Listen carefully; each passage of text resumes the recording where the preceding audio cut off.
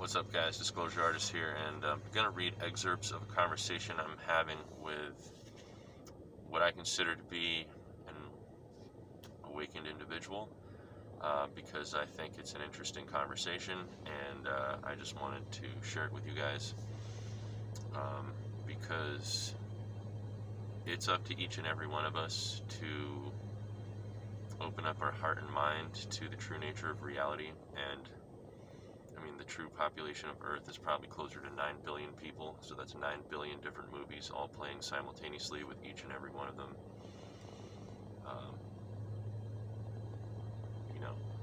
The individual being the star of their own movie. Some people are actually supporting actors in their own life story, which is scary. But basically, everyone subscribes to their own reality, their own personal truth, independent of what the facts may actually be. So, again, the truth is out there, so is the lie. We live in that kind of world where, depending on what you subscribe to, becomes your personal reality. So, again, keep an open heart, open mind, and I'm just going to start getting into it. This individual asked me to refer to them as Z, so that you don't know their identity, which is fine.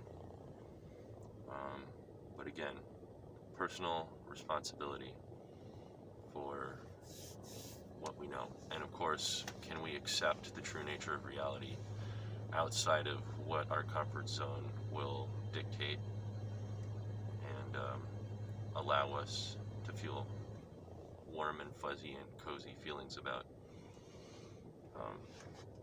How much can we actually accept about the way things really are? So, there are those of us that are walking around that have remarkable abilities to do that. And I think this is one of such individuals. So I'm going to share our correspondence. So he writes me, "Hello, it's probably out of your reach to ask you for a direct contact with John Quincy St. Clair, but it would be nice. You're the closest link I have to him, as he's impossible to contact or find besides his last whereabouts being in Miami. But I'll get to the point after reading all of his patents and realize they all correlate one another. The one that I really held my interest was US 20060014125A1, Walking Through Walls Training Manual. From other research at the age of 14, I remembered someone named Ananda Bosman who was in contact with a high ultra-terrestrial intelligence that called themselves the Emmanuels. They taught him a technique that he calls vortexija, diamond body protocol, trinitization, two opposing tetrahedrons that reach golden proportions in phase conjugate, spinning in opposite directions around the lower region head and heart, creating the Grail cup above the head.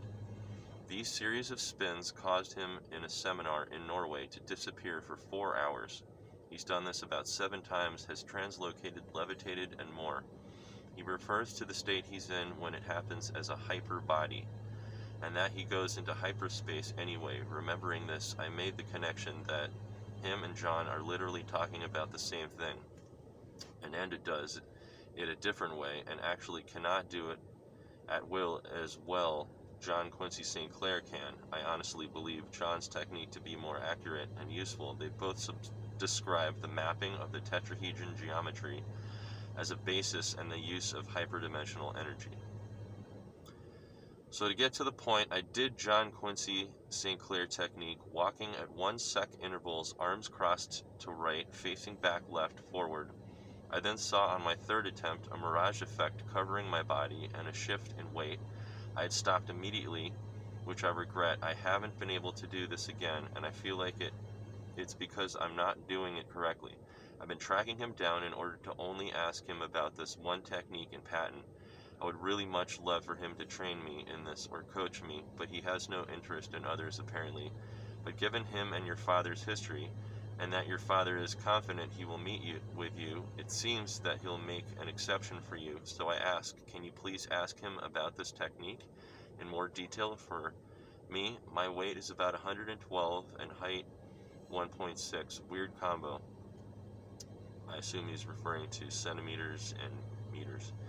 I know, LOL. His equation for the technique is L equals M divided by weight to the power of T, where L is the stride length in meters, M is a constant of approximately 50.91, W is the mass of the person in kilograms, and T is the period of the audible signal in seconds, and wherein the footprints on the banner are spaced at the stride length. Perhaps I have the wrong stride length, or my arms in the wrong position, or the wrong thoughts. Anyway, sorry for the long messages.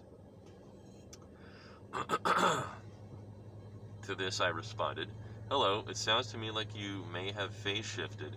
This is demonstrated numerous times in the Netflix show OA. At this time, I will direct you to the work of Dr. Bruce Goldberg. His experiences with teleportation should fill in some of the quantum mass theory gaps in your technique." He responded, "I believe so as well. I took about 10 steps at a specific 1 sec intervals while in a daydream-like state, which is about alpha 1, before the 10th step. I already noticed a weight anomaly of reduction and an energy increase such as heat and cold when arriving at the 10th step. That is when I saw the wavy mirage effect. I did not continue further because I ran out of the hallway and I felt turning around would mess up the synchronicity. I'll have to check out OA and Dr. Bruce Goldberg, but if you do make contact with John, please consider my request. It is my wish to master his patent technique. I appreciate your response." I said, "If you are practicing teleportation indoors and find yourself running out of space, perhaps the walking through walls protocol would be better to master first. Just as a thought, as John's method involved a multiplicity of phenomena generated by the energy found outside working in conjunction with the traveler. For that I should point you to the work of Dr. Kenneth Shoulders. A warning in advance regarding phase shifting relates to one's ability to pass through solid drywall without absorbing the harmful contents of the material as you solidify on the other side, as the lungs usually filter these things out. One has to learn how to do this while in a hyperflux state, so as to prevent illness from unintended absorbing of contents." He said, "Well, teleportation is said to occur in the manual as well, and I do eventually plan to practice that as well, but walking through physical material and the levitation of the body using this technique is first. In a phase-shifted state, one shouldn't be able to absorb material into the body. Many GLF groups, such as the Pleiadians, specifically the Ahel, can do this and have no harmful effects granted, LOL. They do have high-frequency phase conjugate belts that can do an assortment of things, such as make them an atmosphere to breathe in while on different planets, but that does not make sense for a human just starting off. And since besides the subset of tetrahedron geometry used in the technique, the water molecule is used as a basis of the patent, and studying Marcel Vogel's work, one learns that the water molecule is directly connected to the soul and mass cord of the intelligence in the body." Good stuff. So I said, "The shared atmosphere you speak of is known as Zendra, and it creates a common ground for which entities from differing vibrations can coexist. This can most notably be observed in the experiences of both Paula Harris at Mount Shasta, where the subterranean city of Talos, ancient Lemurian portal, resides, as well as that of Ricardo Gonzalez in Chilca, Peru, specifically the Pachacamac Temple, which is another entrance to the world of the Apunians. Both of these individuals came face to face with the same entity, a 10-foot-tall humanoid known as Enterel." He said, "Zendra sounds interesting. I haven't heard of that term. Mount Shasta actually has been taken over by the Draco Sikar. They made the Talosi Lemurians retreat further beneath the hollow interior. Although they are seen commonly by humans 10 feet tall, all of these beings make humans look like kids, LOL." I said, "That might explain some of the disappearances in that region." He said, "Yes, sadly, wherever there are Draco, humans and mass accords start to disappear, especially children, as you already know. When I was 18, I had 2 in my room that had paralyzed me. I've never had such fear before." I said, "I've had at least 100 incidents of sleep paralysis beginning age 17 to this day. Sorry to hear that you had to experience that level of discomfort." If you are comfortable discussing the incident, can you recount for me the details of the encounter with the reptilians? He responded, "Thanks. And I have, as well. It happens almost every night, but it's supposed to happen during REM cycle sleep. But I do believe that some who often get it may be possibly having CE3-4 experiences." As far as the incident, I woke up unable to move, which I'm completely used to. I also have a trick to get out of sleep paralysis. Mine's is I have to completely relax and not fight it to get out. But this time, when I realized I was in it, my eyes were open and I saw standing in front of me 2 reptilian beings, with one green glowing eyes and the other red, like fire. LOL. When I tell you the amount of fear I had was insane, man. I completely forgot my technique and fought with everything to move my body, but couldn't. I also tried to call for my mom. Actually, I was able to move my right arm, but it was extremely slow, literally like I was paralyzed or drugged. I remember reaching for my night light and my arm flapping down the side of the bed. A couple things to note in these definitely were not Sakaar Draco or Naga warriors. I believe these were part of the scientific class. They were much thinner and smaller, not extremely tall or big also. I have not heard of any such Draco having green or red glowing eyes. Their eyes were symmetrical too, and the slits were fierce. I also did not see a nictitating membrane like many of the hybrids running around on Earth. During the last seconds of my encounter, when cortisol was flooding through my body, I saw they were wearing a belt, which is one of those phase conjugate belts I mentioned before. Many of these beings have these, so I'm not surprised they vanished, though in the spot they were in, a change in density. Holy moly. Every single sleep paralysis I've ever had included someone jabbing something into my lower back. This is what I responded. I also eventually managed to work out a technique of controlling my fear, as if in a lucid state, telling myself they haven't killed you this far and it will be over soon. It took years to achieve, but since I've dived into the work of David Paulides and began taking Ormus, it has begun again. Yet for the first time in my life, I actually managed to squeak a shout out to my partner, and the entity actually backed off to my utter shock. This is after years of complete flappy noodle behavior while being probed into my kidneys. Were you aware of these beings before the incident, or did you learn of their existence following your home intrusion? You may have encountered reptoid entities, as opposed to full-bred Alpha Draconian reptilians. You mentioned the ones running around on Earth, who use a specific method of cloaking / disguising themselves. They can usually be detected with peripheral vision as opposed to head-on viewing. He responded, "I've only once have had a jabbing sensation, and it was in my side, perhaps taking genetic material, but I'm not sure of my blood type. But I do know certain gene pools and blood types are targeted more than others. A lot of these beings, especially the Kili-Tokurt, use genetic material from humans to add to what it is they've lost. In your case, they may have been taking a spinal sample, which must have been very painful. I'm glad you've developed your own technique as well. The amazing thing about humans is our ability to adapt and create evolutionary prowess, something some of these lower beings struggle with. I've known about them since the age of 11. I began research into the physics of spirituality at that age, heavily, besides studying parapsychology and other phenomenon. I committed a great deal to learning about many different entities, first that being the Draco, which was hard to digest, as I did not want to believe beings such as these existed and consumed children, humans like me, en masse, and that the news and all media streams are ran by them.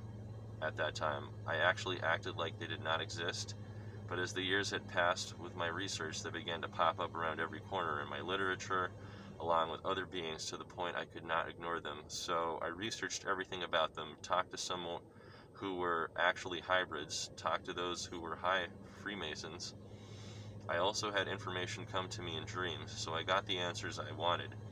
Actually, one thing I should mention is I used to be taken when I was younger. I had an implant behind my left leg that is no longer there. It's gone. It disappeared when I was 17. No scars either. I used to wake up in random places as well in the house and sometimes sleepwalk related to the encounters. As far as the reptilian entities, they were physical. They actually bumped, I remember, into my TV, causing it to shake, plus those belts that they use, which many of the physical beings humanoid species use in the star system. I responded, every jab has been in my kidneys, and it's by a human. According to SSB whistleblower Tony Rodriguez, humans are the most valuable commodity traded throughout the cosmos. More valuable than gold due to our genetic manipulation has made us highly trainable regardless of how high tech the learning curve. Perfect for a slave labor. I've known a 33rd degree Freemason for the last 10 years who is friends with a girl who identifies as a reptilian hybrid. I've had strange lumps appear and disappear on my body as well, even show up on a sonogram. The late Dr. Roger Leir does the most comprehensive analysis regarding this phenomenon.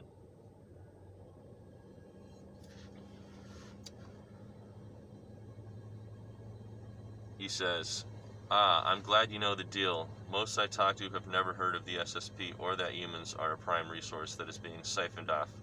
We are a currency, a food source, and a physical labor. We have mostly the Orion groups who take us, such as the Kili Tokert, or as some call them, Tall Whites, the Draco Warrior class Sikaar, and those that work under them, the synthetic, artificial hive mind Grey, known as the Dooku, who do most of the abductions, and of course there are definitely more John St. Clair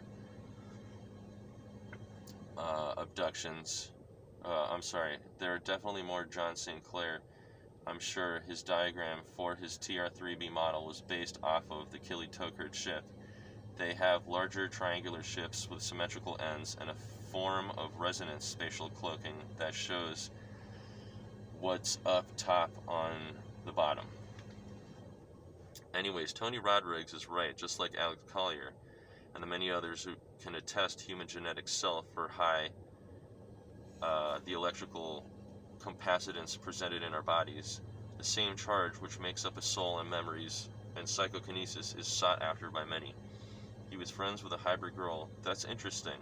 They all keep quiet about their capabilities. I had a friend who was a bodyguard for an important political figure, and they sent hybrid assassins. They also had a scale-generated armor, and regular bullets could not puncture it. He has to use armor-piercing rounds. The lumps coming and going could be an assortment of things, but I'm betting they were chips.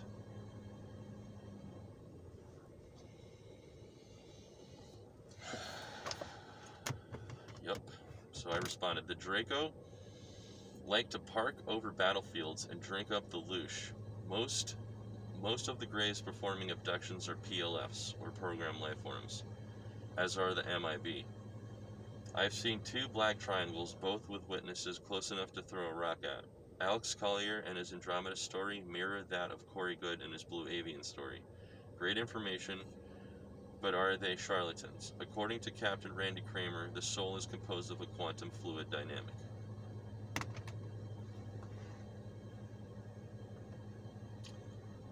He responded, sorry, I just binged that show you called OA. I thought when you said they phase shift that it would be teleportation like Jumper or Impulse on YouTube. I also thought that was what they were building up to, but it's great for what it is. The systemic movements remind me of Scandinavian yoga, which builds up plasma projectable energy. A shame Netflix canceled it. I agree about the Greys and the Draco. It's funny the black triangles made on Terra are not even in the TR-3B category anymore. They are like TG something. Also, as far as the soul, it's been measured by an electrical engineer physicist, Daniel Winter. The soul is an electrical donut that, when at death, looks for electrical induced environments in order to embed and grow to sustain charge. I recently emailed John St. Clair. It was extremely hard to find his email. He of course did not reply, lol. He has no interest in talking with people he does not know. I'm going to do his technique religiously until I get into work or the same effect I've gotten before. I haven't given anyone else his email as he obviously wants his privacy, although many have been looking for it. I responded, I believe the donut you are referring to is a toroidal generated field. All these elements will be revealed once science is allowed to develop topside, as it's called, by those in special access projects, and we adopt the true electroplasmic physics model. He said, I agree. Eventually, hopefully sooner than later, science and technology will shift into a more desirable point of interest. And then I said, that comes with the evolution of consciousness and the defeat of the cabal.